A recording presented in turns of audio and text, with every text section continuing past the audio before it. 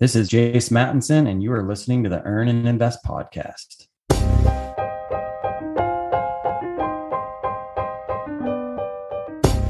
I used to think $1 million was a lot of money. And let's be real, it is. I'd always told myself that when I reached this milestone, I would be set. But the party was short-lived. No balloons, no blowout parties, just the realization that $1 million was an amazing start, but not the big prize I had hoped for. There was still so much more work to be done. Yet reaching this landmark signified that I had the tools and the skills to guide my own economic fortunes. $1 million is just a number, after all, but it has come to mean so much more. Yesterday, for sure, but what about in 2022?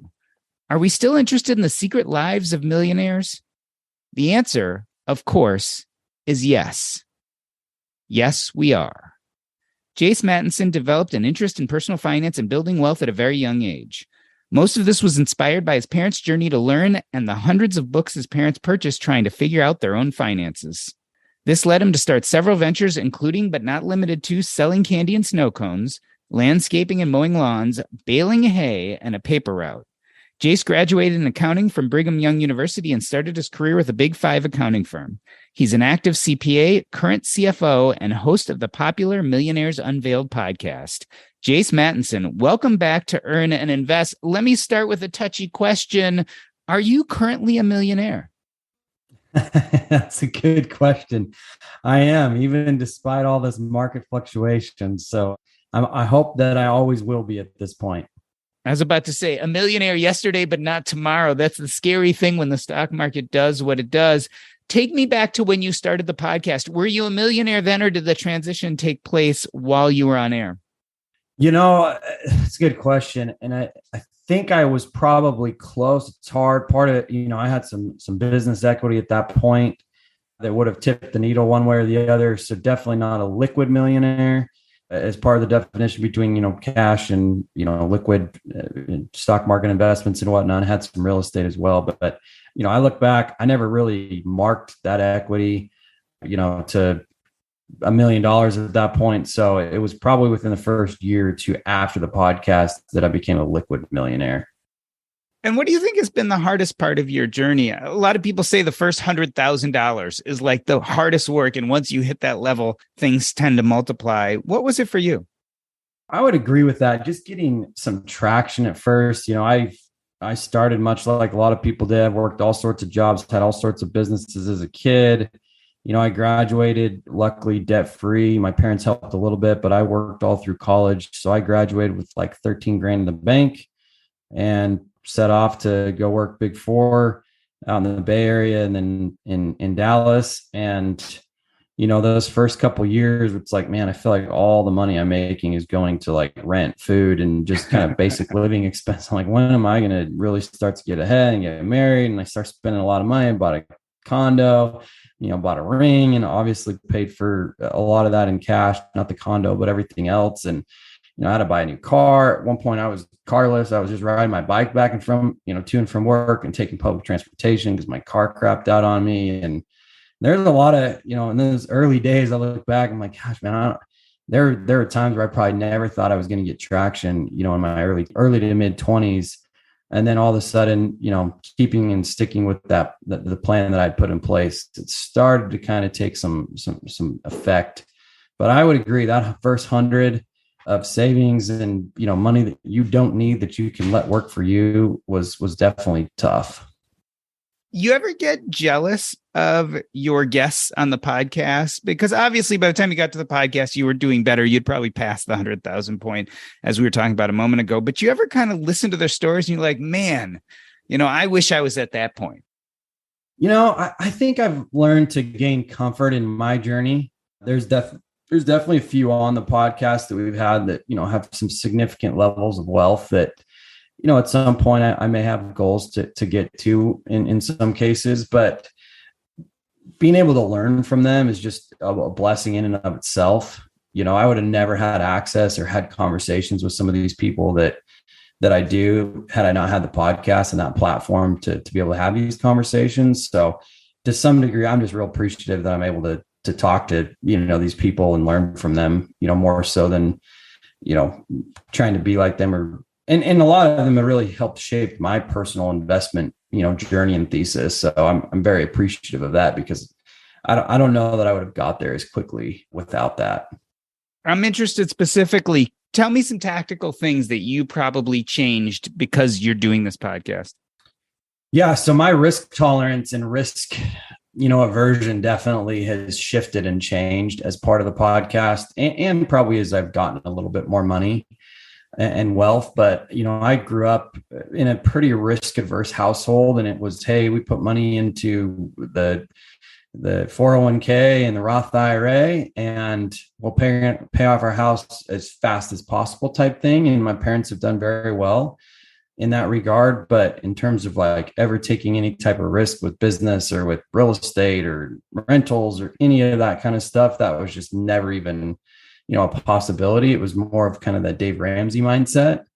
And not that I'm completely frivolous or, reckless now, but my risk tolerance has drastically shifted, where I look at calculated risks as opportunities more so than, am I going to really bet the farm on this and completely collapse? And to some degree, like, I'm willing to make some of those bets to get some of the things that I want, knowing that if I don't make those bets, that I probably won't get what I want.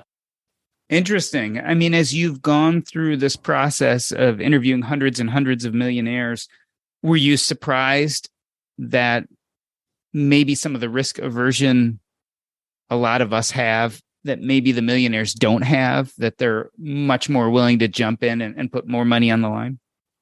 Yeah, there's still quite a few that I think are in that mindset. But what I will say is, and what I've realized, for example, paying off a home early, like, unless they're over 50, we don't have a lot of millionaires that take that approach. That's not a, so-called debt in their eyes. That's a bad debt, or that it's a debt that needs to be addressed, on such a quick, aggressive level. And then on top of that, the ones that are typically have higher levels of net worth have taken significant risks, whether it's in their career or business, or making career changes, or, moving across the country, or whatever it might have been. Sometimes it was not necessarily for the money, so to speak, but just being able to learn from the mindset and the thinking and the process that they go through to make some of those decisions. And like, I've borrowed a ton of that for sure. We've talked a little bit about how you've changed over the process of making this podcast. It's been 4 or 5 years now. Do you think the millionaires have changed? Are you seeing people acting and doing things differently than they did a bunch of years ago?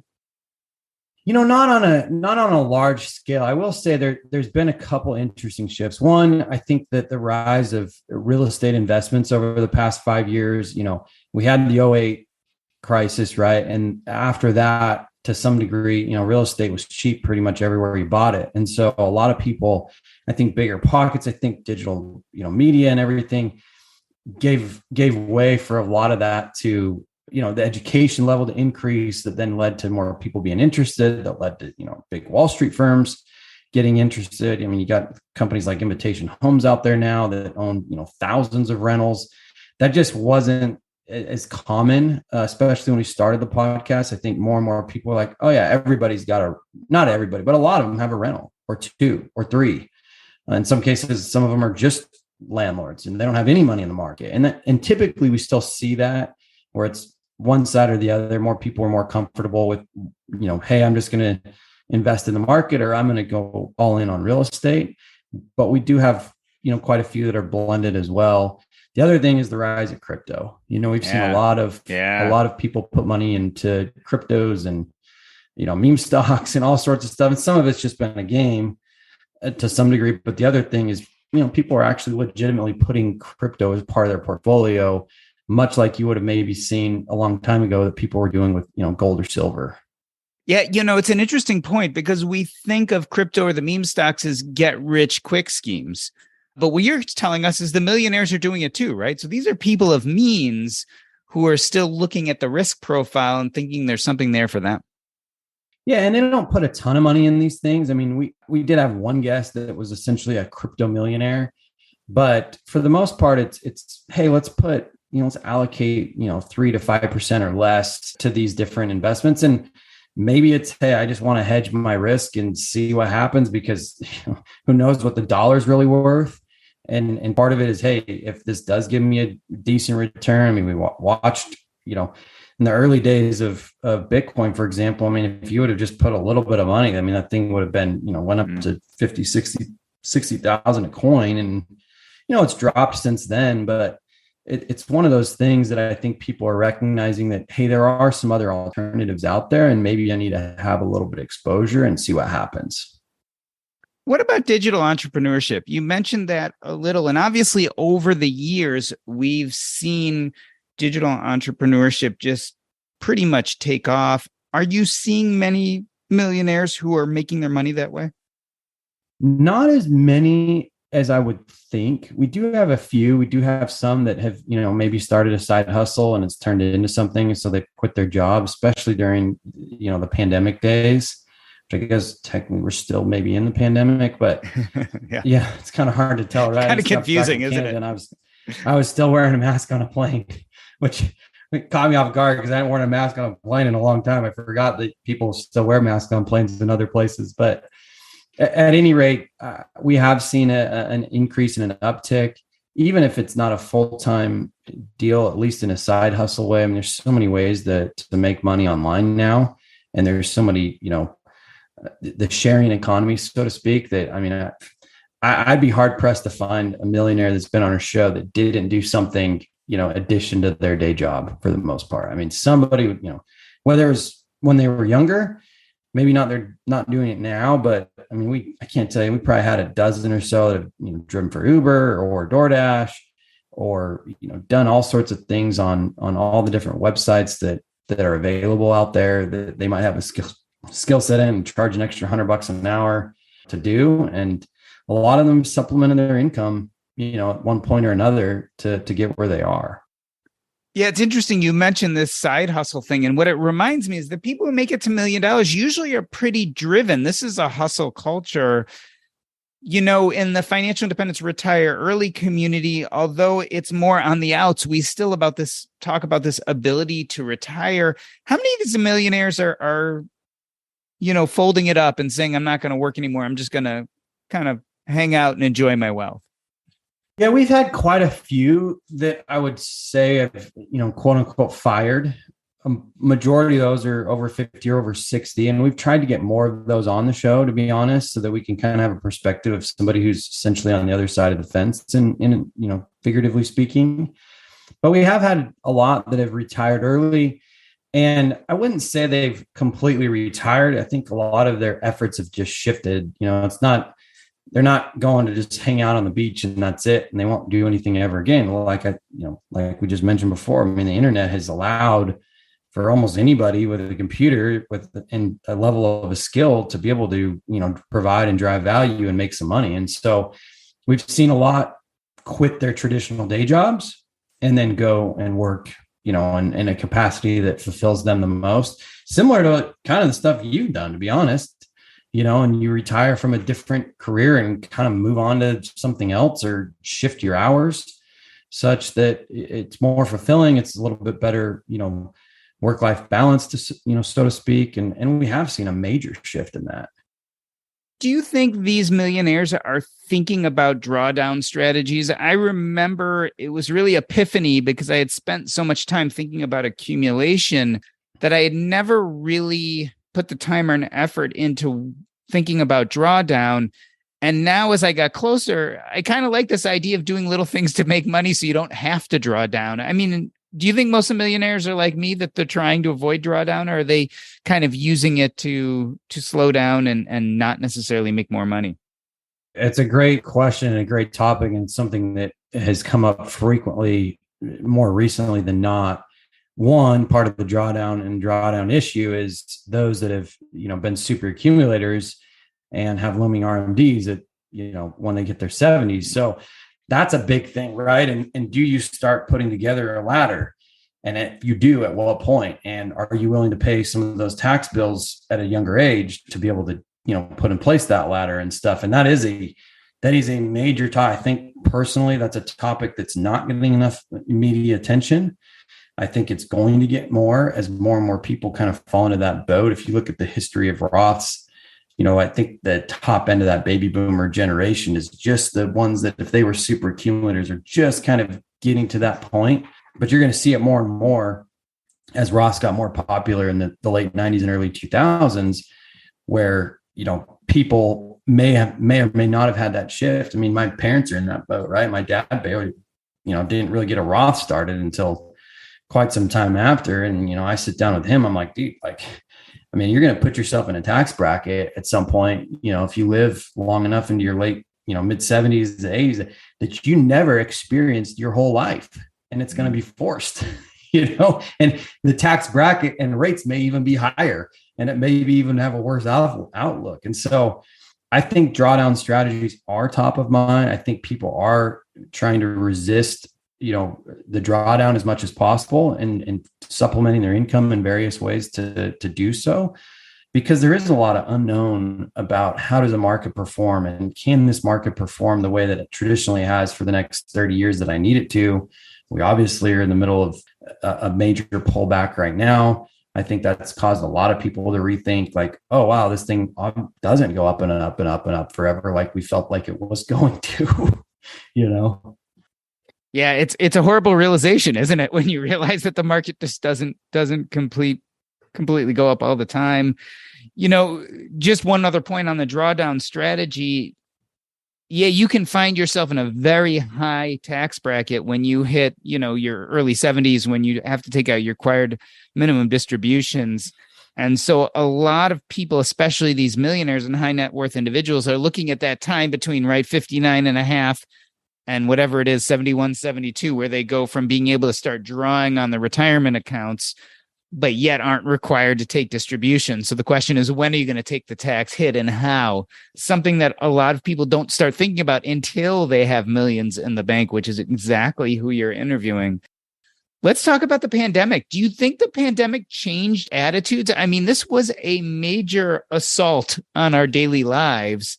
Do you think millionaires are thinking any differently after going through this arduous deal of quarantining and worrying about the virus? I think the things that a lot of people have said were the most important to them in terms of travel are still important. I think the way of doing that may be different. And I think in some cases, people were like, oh, yeah, I want to go, do this XYZ trip over in this country. That may still be the case, but they're also saying, you know what, there's a lot of places domestically too that I can get to that don't have restrictions, that, hey, I may shift some of my travel behavior and go explore some of these places that are closer. But I think that things have been brought to the forefront of our minds, knowing that, man, how easy was that for those things to get taken away real quickly from a pandemic? Japan's still somewhat closed right now, right? So they've been shut down for 2.5 years. That's been a country personally on my list that I've wanted to go to. And I'm like, man, if something like this happens again, you're closed. It's like your whole schedule gets, interrupted. And then, going back to some things that we've discussed very recently on the podcast with various guests, and really, there's a few books out there. Die with Zero is one of them that talk about this. Like, some of these experiences you can only have at certain points in your life. You might be able to go visit that place again, but the experience that you have in your 20s versus maybe your 30s or 40s and 50s, it's going to be completely different. And so missing out on some of those things, people don't want to do that, so those things are becoming more and more important. I think people have adjusted their lifestyle such that, hey, you know what? These things are really important to me. I don't really want to be commuting 5 days a week to an office. I want to work from home 2-3 days a week. So I'm going to look for a place that's going to accommodate that. I think I ask you this every year, and yet I'm still always amazed by the answer. We're talking about the pandemic and how it made people think about how do they utilize their money to do those things they want to do, maybe in the seasons of their life when they can do those things. It still comes back to the basic question. Do you think millionaires on average are more happy than non-millionaires? Is this money doing what it's supposed to do for them? It's always a good question. And I do think there is a level of happiness that comes with a certain level of wealth, and that could vary for each individual. I think the reason that some of that happiness comes is because they have different stress over, there's a different stress level of being able to make, mortgage payment monthly versus trying to sit there and figure out how's best to spend our money, given that we're going to be able to save half of our income this month. Right. So there is a base level of happiness, I think, that comes with the stress relief of not living paycheck to paycheck. But there's the stress shifts, right? In some cases, and trying to figure out, okay, well, how do I allocate resources for my children? And like, well, do I make my children go through some of the same stuff I went through when I'm trying to earn money to alleviate some of those pains that I had as a kid? And how do I kind of navigate all of that in society? And, there is a base level of happiness. I think the report on the income has been $75,000. I think that from the millionaires that we interview, I wouldn't say any of them are disgruntled or unhappy. They're very happy. They're very content. But I think a lot of that happiness does come with, some of that contentment and being able to kind of, relatively navigate that. Hey, the fruits of my merits are here. I have some of this money and it affords me to do some different things or think differently or sleep differently. But I still got to, be prudent with those resources. It's not going to, it may not last forever if I get reckless with it.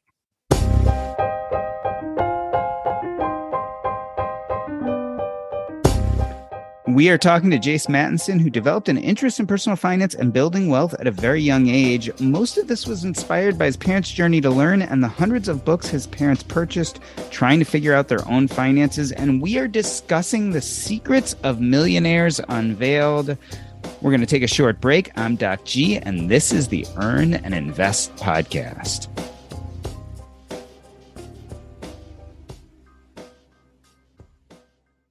Hey everybody, I am so excited to let you know that I will be in San Diego Thursday, October 6th, and from 4 to 7 p.m. we're going to have a book launch event at BJ's Restaurant and Brew House. That is in San Diego, California. You can sign up for this event. It's a book launch party, but all Earn and Investors are welcome to come, whether you've read the book or not. Of course, there will be books to be purchased, and I'd be happy to sign them for you there. Also, if you happen to be attending the Camp Fi event, which is going to be Camp Fi Southwest, that's October 7th through 10th in Julian, California, which is right down the way from San Diego. I love to see all of you. Check us out. Go to earnandinvest.com/San Diego. Again, that's earnandinvest.com/San Diego to sign up to hang out with me at BJ's for our book launch event.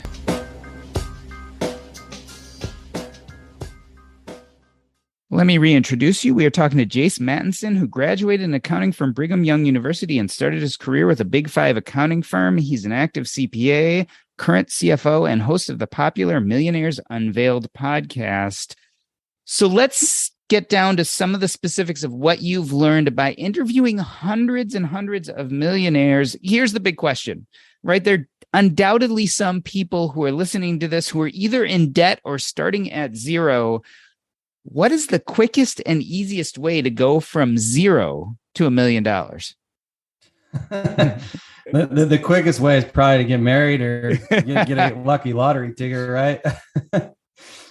But no, I think to put in perspective for the majority of people, you got to develop a plan to be able to get there, and a plan that you can execute. And I'm not going to sit here and tell you there's one plan or another that's going to work for you. I think that personal finance is very personal. Risk tolerance for everybody is very different.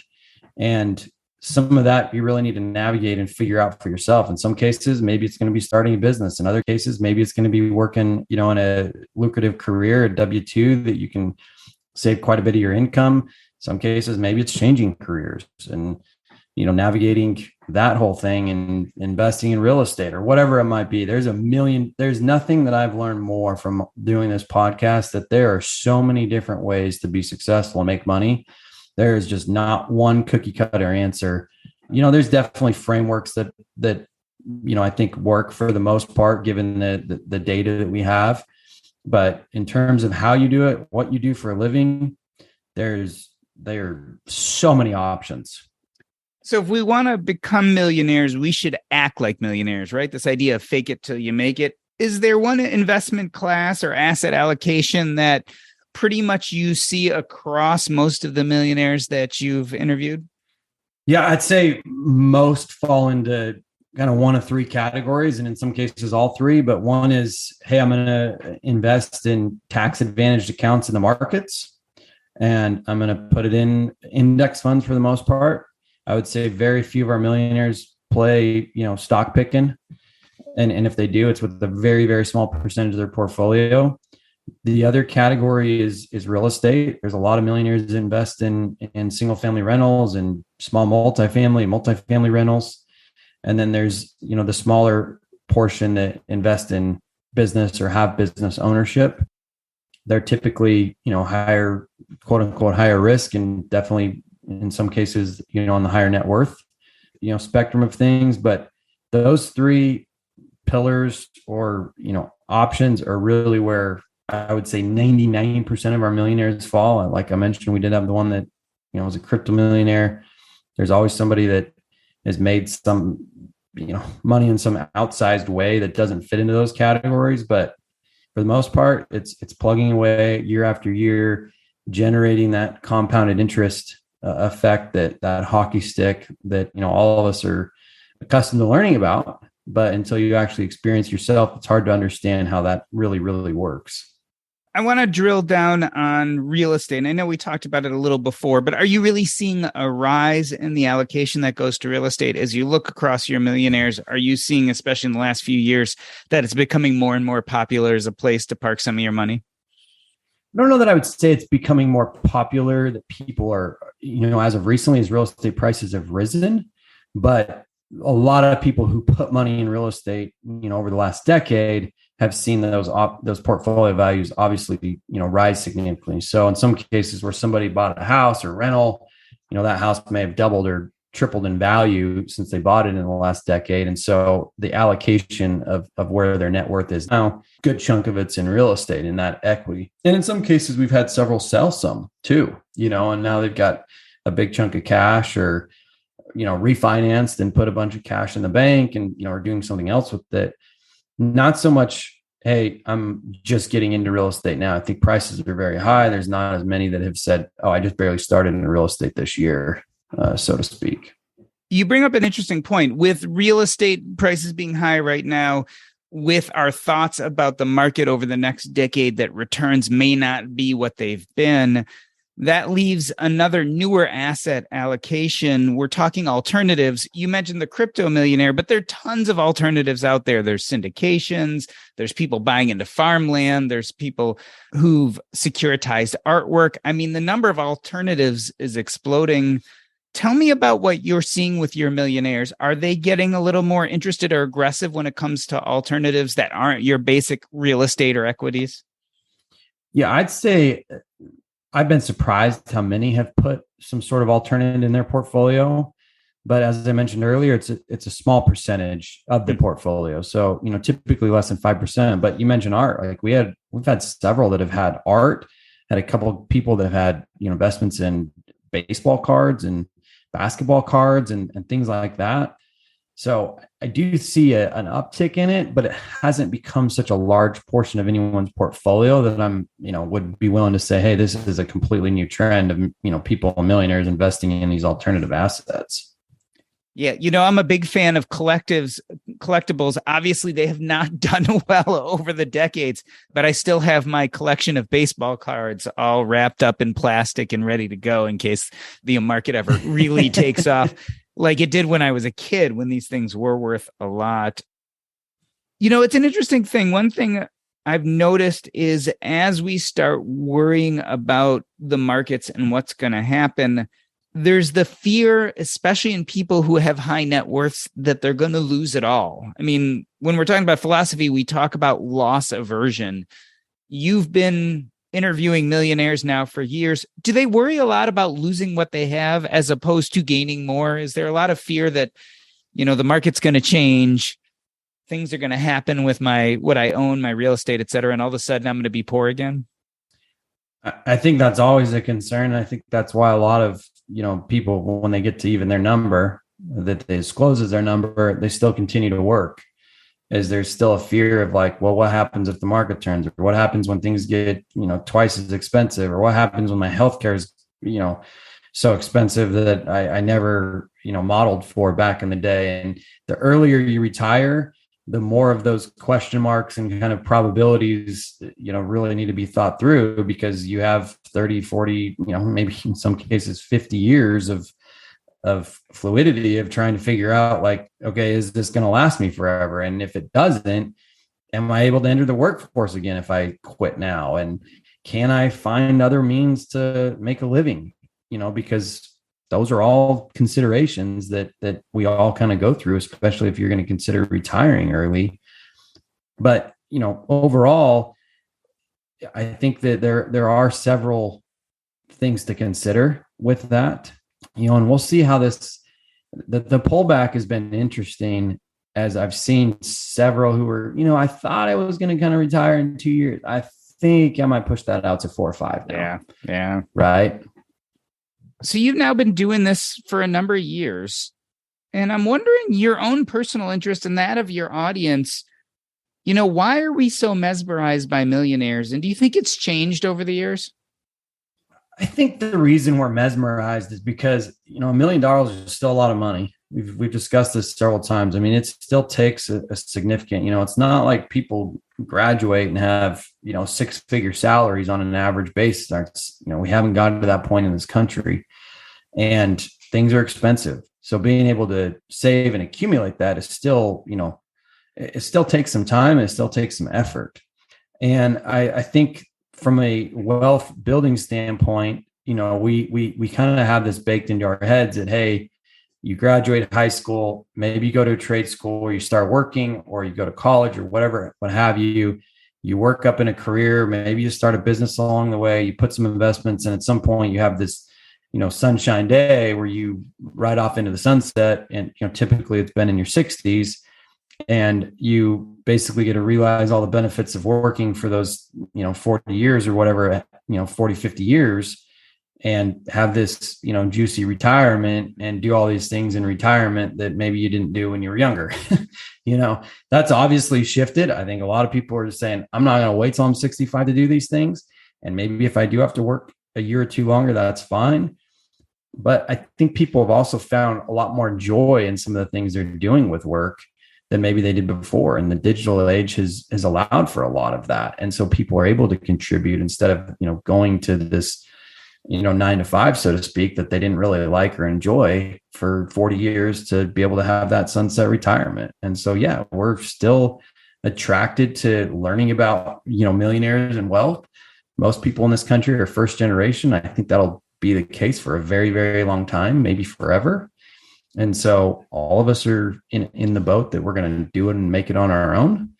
And even those that do inherit some, I mean, it is still interesting to talk to them and see like how they think about it, because they may have a totally different set of issues and mindset versus those who have had to, kind of climb from zero or, negative. Do you think the demographic is changing? I mean, if you asked me 10 years ago, I'd say the easiest way to be a millionaire is to be born to a millionaire. Not necessarily just because you inherit it, but there's something about mindset. There's something about our class system in the United States. Do you think that's still true, or is the demographic changing? I do think there is some truth to that. I mean, you grow up in a more well-off household. You probably have access to different education systems, different people. The connections and the people you meet are going to drastically influence your ability to get the places and the things that, that you need to go. But I do think that the digital age and so many programs that we have now have given opportunities, especially those that may be less fortunate, through scholarship programs or, different things that exist throughout our country to help them. And so I do think, those that maybe were, 30 years ago in a scenario where it was like this, the odds are so stacked against them that the probability is, less than 5%. I think that's moved. I think that probability has increased for those people. If you work hard, you have access to some of these things. There's still going to be situations where maybe that's not true. But, those people that also, there's always the phrase, the rice paddies in 3 generations. I mean, the ones that inherit typically statistically have not been very well at being able to continue to grow it and accumulate. They typically go through and spend it all. So the next one's got to start from zero again. I love that. From rice paddies to rice paddies. I always heard from shirt sleeves to shirt sleeves, right? But the point is you go from working class to wealthy, back to working class within 3 generations as wealth is dissipated. You know, the United States has changed, but we've always thought as the United States as a country of promise where anyone can make it. You've interviewed tons of millionaires. Do you think anyone today can become a millionaire? Is there things holding us back, or do you think this is a wide open field? 100%. I think in this country, anybody can make it. I think the timeline varies. Obviously, the circumstances that you grow up with, or the cards that you may have been dealt with, they're going to play into that. But it is amazing. I mean, we have so many immigrants on our podcast.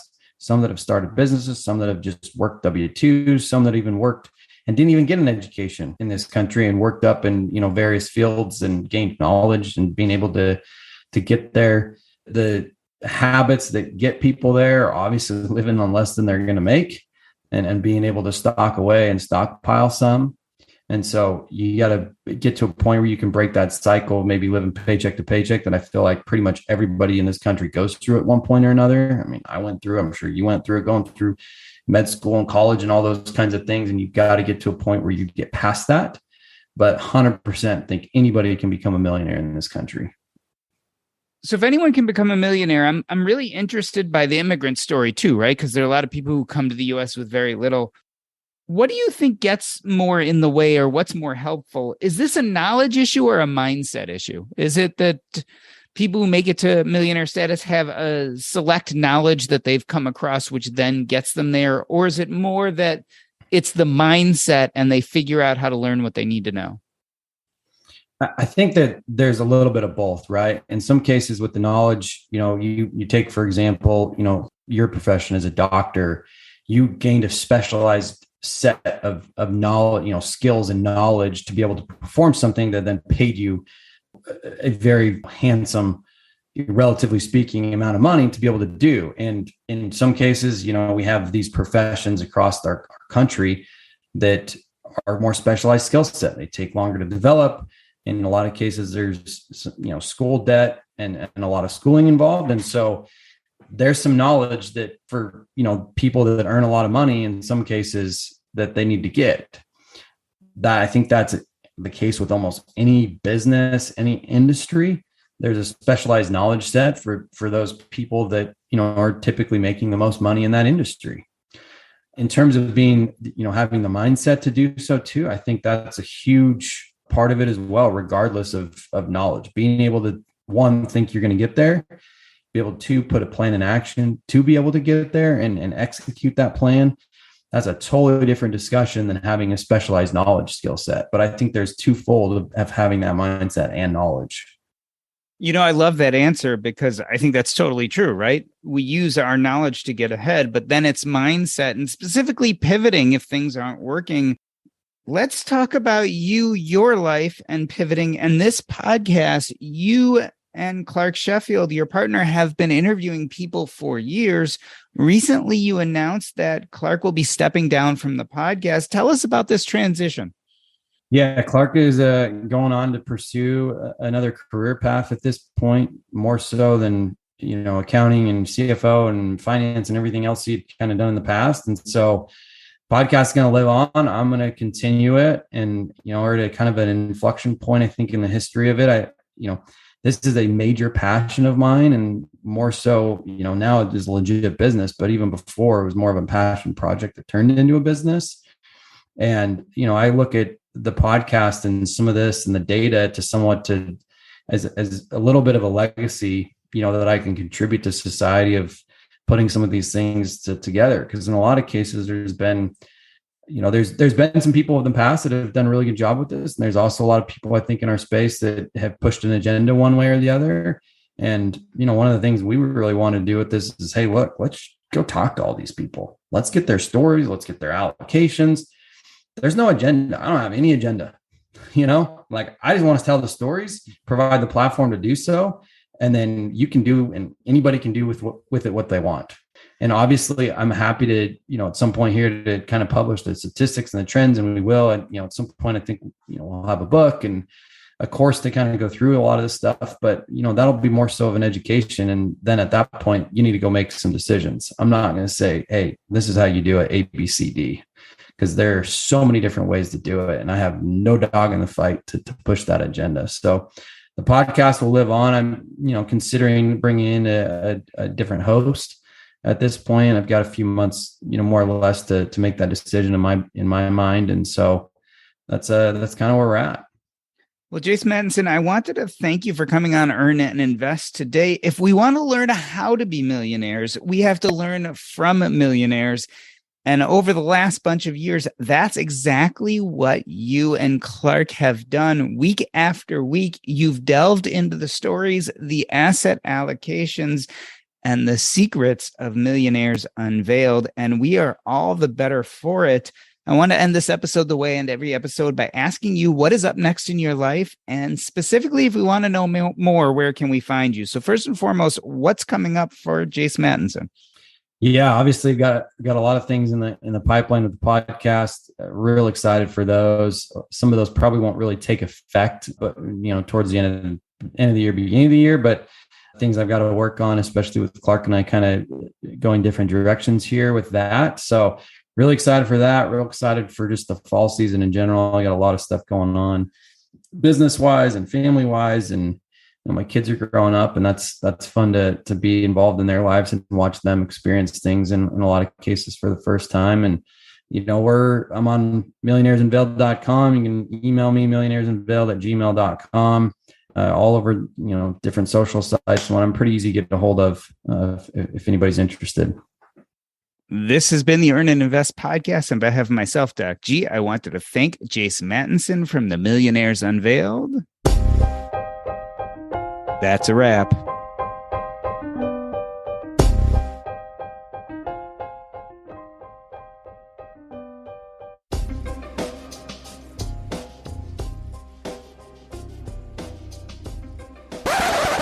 All right, I'm going to keep it going just for a minute or two as we chat as the after show. Really cool, man. I mean, the stories continue to engage. It's not like you can tell one, you can tell 100, but the truth of the matter is, I think every story always feels slightly different as people tell how they got where they're going. And I wanted to thank you for putting that out there. I mean, you guys were one of the first podcasts I was on as a guest years and years ago. Yeah. And I just, over the years... Sure, we need to do an update, which we will. I know here in a few months. Yeah, and of course, I'd love to get a chance to talk about my book, too, which I think I've sent you a digital copy. So I'd love to do both of those at once. But I think we still are mesmerized by people's stories, and I don't think that's ever going away. Yeah, no, it's true. I mean, there's a personal connection, and the more I've done this, the more I've found that people really like to connect and resonate with people that they have things in common with. And so, I mean, every week we get emails like, hey, can you connect with that person? Like, I am in that profession, or I thought about going that route, or that's how I deal with my family with these things. Like, I want to talk to that person and get to know them better. And, all that with the way people do things nowadays, will always kind of be the case. I think there will always be opportunities to connect with people that way. When was the last time someone came up with something in an interview, answered a question, and it knocked you off your seat? And you're like, ooh, I didn't see that one coming, or I never heard that one before. Does that still happen occasionally? It's funny. I just released the episode today, actually, with the gentleman. He's an immigrant. He had a paid-for house, and then he decided, Dave Ramsey route, and then bought another house and decided to take a mortgage out on it and completely reversed course as his mindset related to having a mortgage and stuff. And like, you just don't see that very often, especially with like, hey, I'm going to go and re-lever this after I paid it off. Oh, so he kept a house and re-levered. He took money out of the house he owned already, all out. No, he sold the one he had paid off, but then took a huge mortgage. Yeah.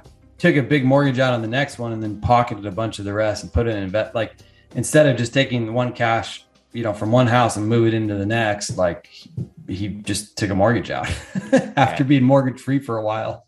It's funny how many people start at Dave Ramsey with that very conservative Dave Ramsey look at things. Yeah. But as you get a little more sophisticated, you realize, maybe it ain't so bad to have a mortgage and leverage a little bit of that cash and do something. And so, I was in that boat for sure.